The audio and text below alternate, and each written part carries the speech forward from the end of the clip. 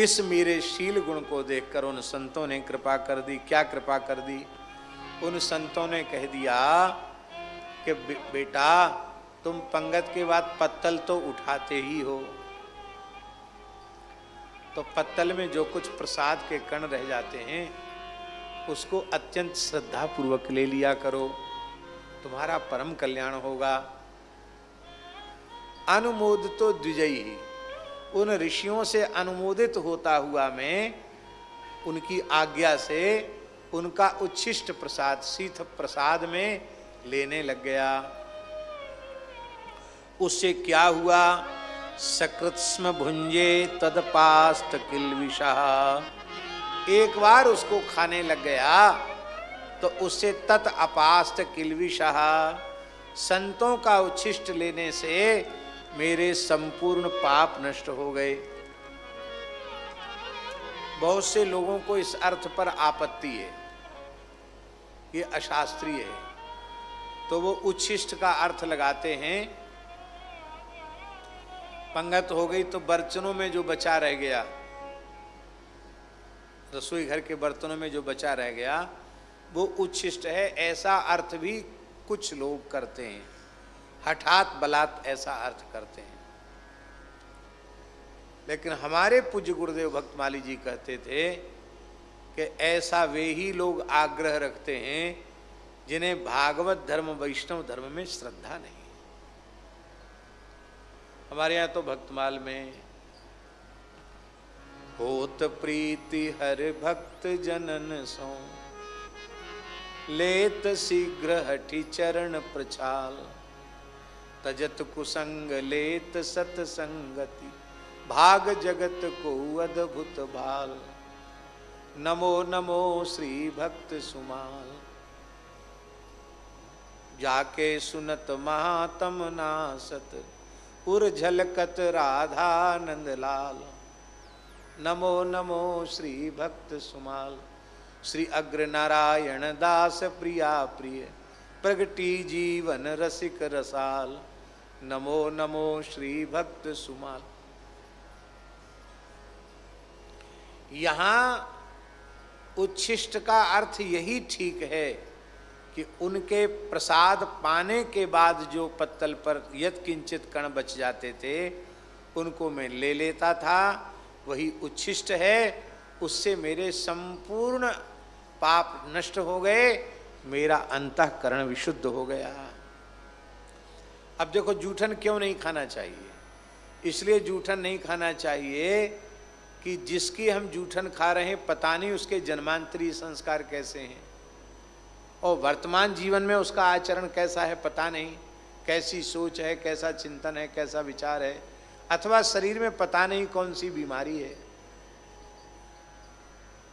वो सब लग जाएगी जूठन खाने वाले को। बाबा जूठन खाने की बात तो बहुत दूरी की है, पापी मनुष्य के द्वारा स्पर्श किया हुआ पदार्थ खाने से बुद्धि बिगड़ जाती है, छूने से बुद्धि बिगड़ जाती है। आप क्या समझते इस बात?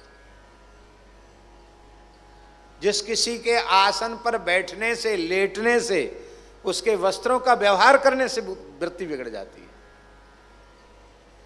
इसलिए पुराने संत देशकाली टकसाली महात्मा आसन वासन की पवित्रता रखते हैं। उनको तो अहर्निश भजन करना है, हर समय साधु पवित्र है। महाराज जी कहते थे, हमारे पहाड़ी बाबा महाराज कहते, बच्चा ये पंडितों का अर्थ नहीं है, साधुओं का अर्थ है। बोले विषयों से तर वो बिस्तर, और जिस पे भजन किया जाए वो आसन। साधु का बिस्तर नहीं होता, साधु का आसन होता है, और गृहस्थियों का बोले बिस्तर होता है। महाराज जी कहते थे बिस्तर नहीं है, आसन है। आसन की पवित्रता बनी रहे। स्पर्श का प्रभाव होता है, स्थल का प्रभाव होता है, तो उच्छिष्ट का प्रभाव क्यों नहीं होगा? तो कहीं किसी दूषित जीव के जूठन खाने से हमारे संस्कार विकृत न हो जाएं, हमारे शरीर में कोई आदि व्याधि बीमारी न लग जाए, इसके लिए नहीं खाना चाहिए। अब जो उच्च कोटि के भगवान के भक्त हैं, संत महापुरुष हैं, जिनका अंतःकरण पूरी तरह विशुद्ध हो चुका है, भगवत प्रेम में जो निरंतर डूबे रहते हैं, भरे रहते हैं, ऐसे संतों का जब हम उच्छिष्ट लेंगे तो उनके से लक्षण हमारे भीतर आ जाएंगे।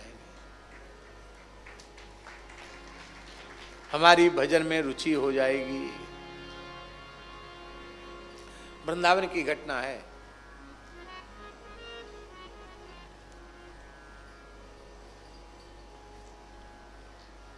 एक महापुरुष मिले, एक संत की सच्ची घटना है। तो पता नहीं कौन से महापुरुष होंगे वो, ये निधिवन राज की बात है। एक मिश्री का टुकड़ा, मिश्री चूस रहे हुए महात्मा, मिश्री चूसे मुंह से निकाली, ले हो।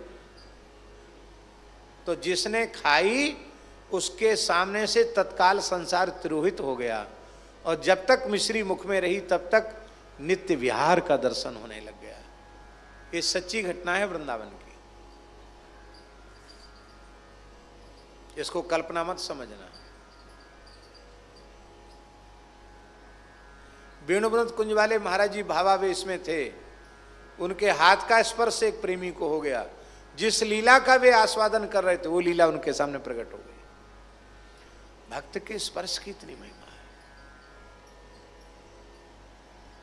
अरे बहुत दूर की बात जाने दो, ये बैठे हमारे गणपत जी नाम है ना, राजस्थान की धरती पर एक संत हुए, राजपुरोहित समाज में परम सिद्ध संत श्री खेताराम जी महाराज। आज उनके शिष्य हैं, वो भी बहुत वृद्ध हैं। तुलसाराम जी महाराज ब्रह्मपीठ के आचार्य, वो भी सिद्ध संत हैं। तो तुलसाराम जी महाराज बालक थे, 9-10 साल के रहे होंगे, बच्चों के साथ खेल रहे थे। बाबा सत्य घटना है। एक सिद्ध महात्मा आएंगे, दिगंबर, नंगे धड़ंगे, शरीर में धूल मिट्टी लग रही है। बच्चा भिक्षा कराओगे, भिक्षा कराओगे? तो वो और बच्चे तो सब डर गए उनसे, महात्मा से। ये छोटे बालक थे, श्रद्धा पूर्वक 5 को प्रणाम किया। हाँ बाबा कराएंगे भिक्षा, क्या खाएंगे? बोले छाछ राबड़ी, राजस्थान में वही होता है। वो अपने घर गए, बोले बाबा भूखा है, छाछ राबड़ी मांग रहा है। छाछ राबड़ी जानते हैं ना? ये रबड़ी नहीं, दूध वाली रबड़ी, राबड़ी अलग चीज होती है? दरिया एक प्रकार का, बाजरे का। तो वो लेके छाछ राबड़ी लेके आए और उनके पात्र में डाल दिया।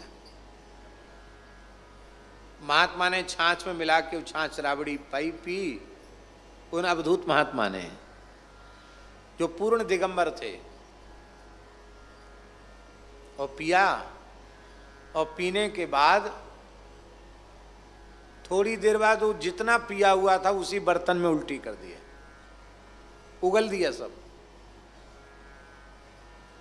और उगलने के बाद कहा, ले बच्चा पी जा। अरे हमारा जूठा खाने में भी कई लोगों को बहुत संकोच होता है, और कोई पी ले छाछ महेरी और फिर पूरी पलट दे और फिर पीने को खाने को कहे तो बड़ा कठिन है महाराज। लेकिन खेताराम जी की कैसी श्रद्धा रही होगी उस बाल्यकाल में भी, कि वो उसको श्रद्धा पूर्वक पी गए। पीते ही उनकी समाधि लग गई, पीते ही समाधि लग गई और वो सिद्ध हो गए। राज पुरोहित समाज भेड़ बकरी पालने लग गया था, अपने संस्कार भूल गया था। आसोतोरा में ब्रह्मपीठ की स्थापना करके और ब्राह्मणों में फिर से ब्रह्मत्व जगा के उन्होंने अद्भुत काम किया। परम सिद्ध संत थे वो। केवल एक संत के उच्छिष्ट का प्रभाव था। दूसरी घटना हम सुनाते हैं। हमारे पूज्य गुरुदेव पहाड़ी बाबा महाराज कहते थे कि तानसेन स्वामी जी के पास संगीत विद्यालय नहीं आया। स्वामी जी कोई संगीत विद्यालय थोड़ी चलाते थे, तो बिहारी जी को रिझाते, वहीं बैठ के कछु सुन ले, समझ ले, सीख ले। तो कहते स्वामी जी के चरणों में रहकर संगीत साधन करते हुए 12 वर्ष हो गया। किसको? तानसेन को। 12 साल में भी कोई उसको सिद्धि नहीं हुई। एक दिन स्वामी जी ने बिहारी जी का अधरामृत जो कुछ वो बाटी लेते थे उसको पा करके, और वो दोना जो था, दोनी, उस दोनी को फेंकना चाहते थे तो तानसेन ने हाथ बढ़ा दिए। आपने उसकी श्रद्धा देखकर दोनी दे दी। दोनी में क्या लगा होगा, एक आध कण कोई प्रसाद का लगा होगा, और श्रद्धा पूर्वक तानसेन उस दोनी को चबाकर खा गया। और उसकी श्रद्धा को देखकर स्वामी जी ने अपने बड़े बड़े नेत्रों से देखा और तनिक मुस्कुरा दिए। बस सारे राग रागनी तानसेन को सिद्ध हो गए।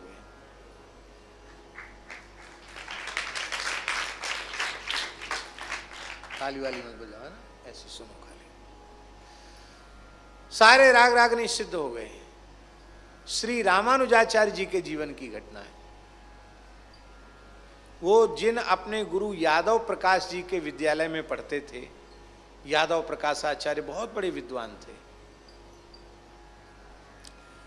जिस दक्षिण के राजा के राज्य में उनका विद्यालय संचालित था, सारी वृत्ति राजा की ओर से प्राप्त होती थी विद्यालय की। उस राजा की कन्या को ब्रह्म राक्षस का प्रकोप हो गया। अब वो किसी तंत्र मंत्र झाड़ फूक से ठीक ही ना हो, तो राजा ने यादव प्रकाश जी से कहा कि इसको ठीक कर दो। यादव प्रकाश जी आए, बड़े विद्वान तो थे ही, मंत्रज्ञ थे, तंत्रज्ञ थे। वो कुछ इलाज करने लगे, भूत प्रेत भगाने वाला।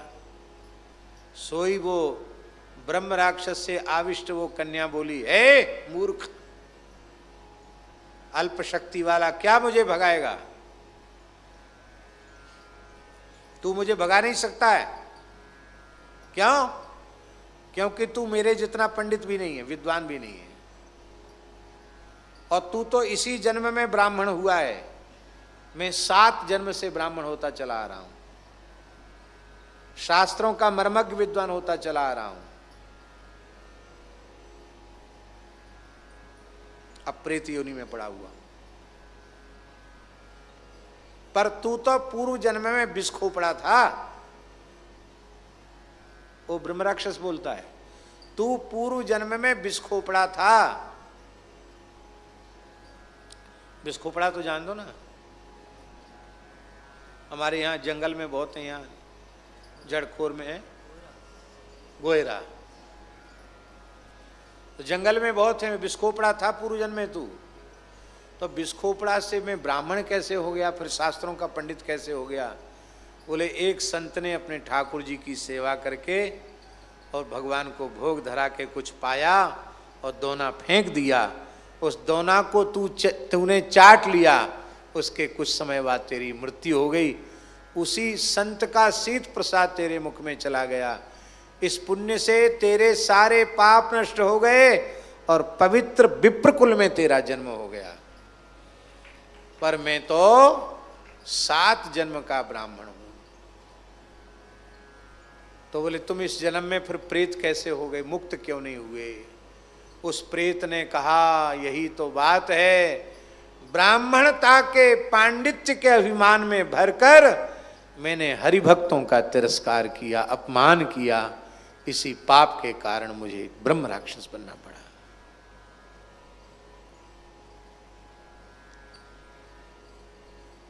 तो इसको क्यों पकड़ा, इसको छोड़ दो। बोले नहीं, मैं उद्धार के लिए आया हूं। तो तुम झाड़ फूक से जाओगे नहीं तो कैसे जाओगे? तो उसने कहा, तुम्हारे विद्यालय में एक बटुक है, उसका नाम है रामानुज। यदि उसका उच्छिष्ट मिल जाए मुझे और उसका चरणामृत मुझे मिल जाए तो मेरा उद्धार हो जाएगा। छोटा सा बालक ही था, इसे हर्षित जैसा हो, खड़ा हो जा, ये इतना ही रहा होगा, बैठ जाओ।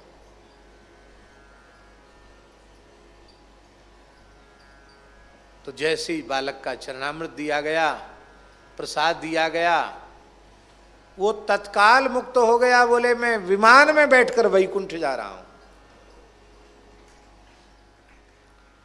संत शीथ प्रसाद की अनंत महिमा है।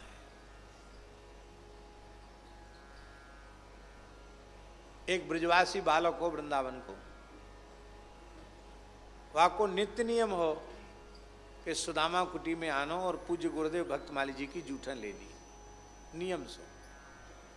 सवेरे से कुछ नहीं खाता, जब महाराज जी दोपहर में कुछ पाते तो उनके पत्तल का थाली का कुछ प्रसाद लेकर के तब घर, वहाँ भोजन कभी नहीं करता, भोजन घर में जाके करता, पर कथा सुनने आना और नित्य प्रसाद लेना। अब एक ही बालक, सुनार को बालक, अब ब्याह के योग्य भयो, बोला मैं तो विवाह नहीं करूंगा। बोले तुम अकेले हो, वो अकेले होने से क्या हुआ, आपको छोड़ के नहीं जाएंगे, जब तक जिंदा हो तब तक सेवा करेंगे। ब्याह नहीं करूंगा, मैं भजन करूंगा, ब्याह नहीं करूंगा, ज्यादा परेशान करोगे भाग जाऊंगा। तो मैया बाप उसको लेके महाराज जी के पास आए, भक्तमाली जी के पास। महाराज 10-5 होते तो एक आपको दे देते, एक ही छोरा है महाराज, चलो जाओ, कहाँ खाओगे को हमारो बुढ़ापे में, ये ब्याह की मने कर रहे है। हम भी वहीं उपस्थित थे। महाराज जी बोले जब तक हमारी जूठन खाता रहेगा तब तक विवाह का संकल्प इसके मन में नहीं आ सकता। तुम इसका यहाँ आना बंद कर दो, जूठन खाना बंद कर दे, तुरंत ब्याह की इच्छा उत्पन्न हो जाएगी। महाराज जी ने तो हंसते हुए कहा, किसी रिश्तेदारी में उसको जाना पड़ा मैया बाप के साथ, और कुछ दिन ब्याह की महाराज जी की जूठन छूट गई, और वो अपने आप ही बोला कि हाँ पिताजी, अब जहाँ तुम्हारी इच्छा हो हमारा ब्याह कर दो। बोलो वृंदावन बिहारी। चित्त निर्विषय हो जाता है। हम कोई बाबा जीवन में आए, वृंदावन में बड़वे आए, पर संतों के चरणामृत का महात्म्य, गुरुजनों के उच्छिष्ट का महात्म्य, आज साधुओं ने सदा सर्वदा के लिए अपने चरणों में दास को रख लिया, और जो कुछ कह सुनकर अपनी वाणी को पवित्र कर रहे हैं, इसमें न हमारी योग्यता है और न हमारी विशेषता है। यह केवल सद्गुरु भगवान के चरण जल, उनकी चरण रज और उनके अधरामृत का ही प्रभाव है, जो हम कह सुनकर भगवत भागवत चर्चा अपनी वाणी को पवित्र कर रहे हैं। बहुत महिमा है, हम कितना गावें, संत प्रसाद और भगवत चरणामृत की कितनी महिमा का गान करें। जितनी महिमा गावें उतनी थोड़ी है। पर एक प्रार्थना हम जरूर कर, नाटक नहीं करना चाहिए। भावना है नहीं, वो खाली देखा देखी नाटक कर रहे तो उससे लाभ नहीं होगा, हानि हो सकती है। कैसा भाव हो तब लेना चाहिए। प्रियादासी के शब्दों, संत हैं अनंत गुण, अंत कौन पावे जाको। संत हैं अनंत गुण, अंत कौन पावे जाको। जाने रतिवंत कोरी है, पहचान के। जाने रतिवंत कोरी है, पहचान के। अब गुण ना दीठी पर देखत ही नैन भरे। अब गुण नादीठ पर देखत ही नैन भरे। धरे पग और वाही प्रेम पहचान के। धरे पग और वाही प्रेम पहचानिए।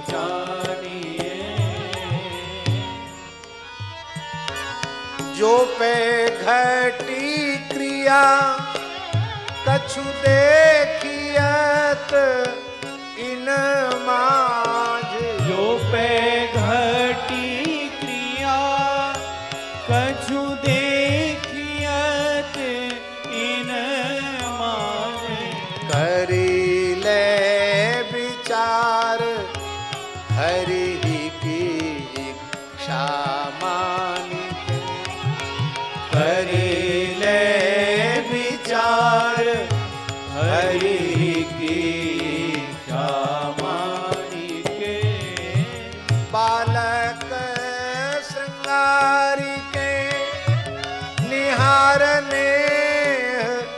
नेहवती माता।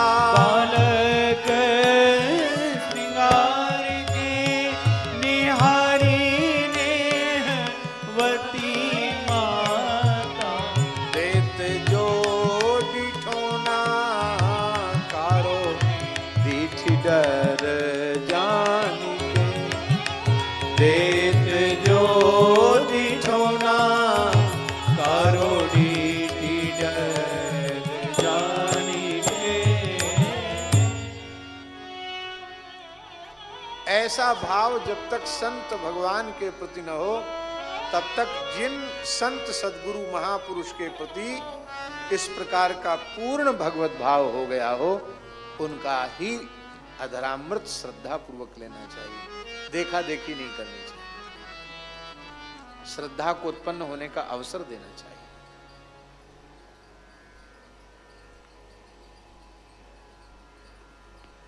अच्छा एक बात बताओ, महाप्रभु जी से बड़ा कौन होगा?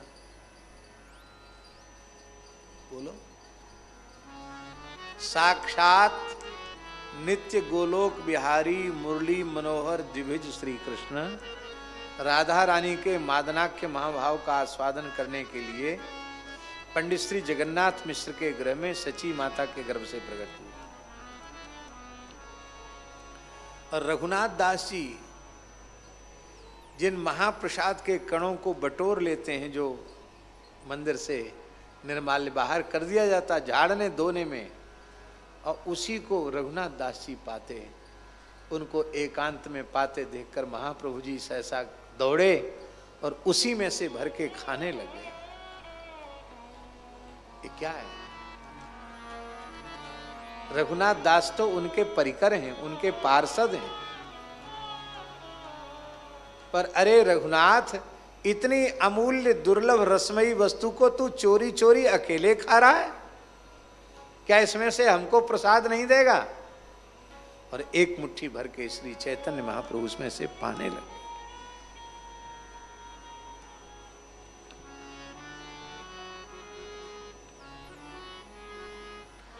भक्त चरण रज, भक्त भुक्त उच्छिष्ट, यही सबसे बड़ा बल है, इससे बड़ा कोई बल नहीं है। श्री सीताराम प्रतिदिन सत्संग एवं दर्शन के लिए श्री महाराज जी के ऑफिशियल चैनल को जरूर सब्सक्राइब करें।